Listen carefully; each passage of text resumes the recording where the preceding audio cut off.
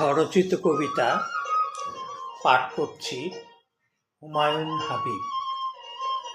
আমার কবিতার শিরোনাম সর্বনাশা তিল। তোমার ওষ্ঠের ওই তিল সর্বনাশ করেছে আমার।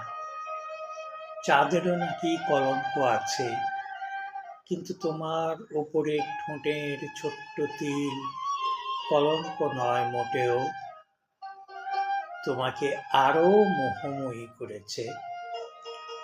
ঈশ্বর প্রদত্ত তোমার সৌন্দর্যকে আরো প্রস্ফুটিত করেছে। ওগো তিল সুন্দরী, তোমার তিলের ওই সুতীক্ষ্ণ ঝলকে পৃথিবীর তাবৎ প্রেমিক পুরুষ বিমোহিত হবে, সম্মোহিত হবে।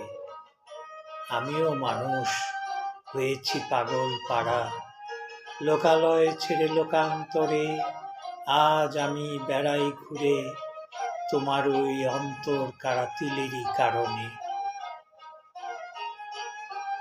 তোমার রূপের সুতীব্র টানে আমি সাগরের জোয়ারের মতন আছড়ে পড়ি বালুকাময় তটে, আবার ফিরে যাই সমুদ্রের বিশালতায়।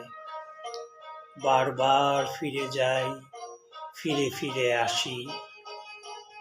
পথের শেষে পথ খুঁজে বেড়াই তোমার কাছে যাওয়ার ঘ্রাণময় পুষ্পিত পথ।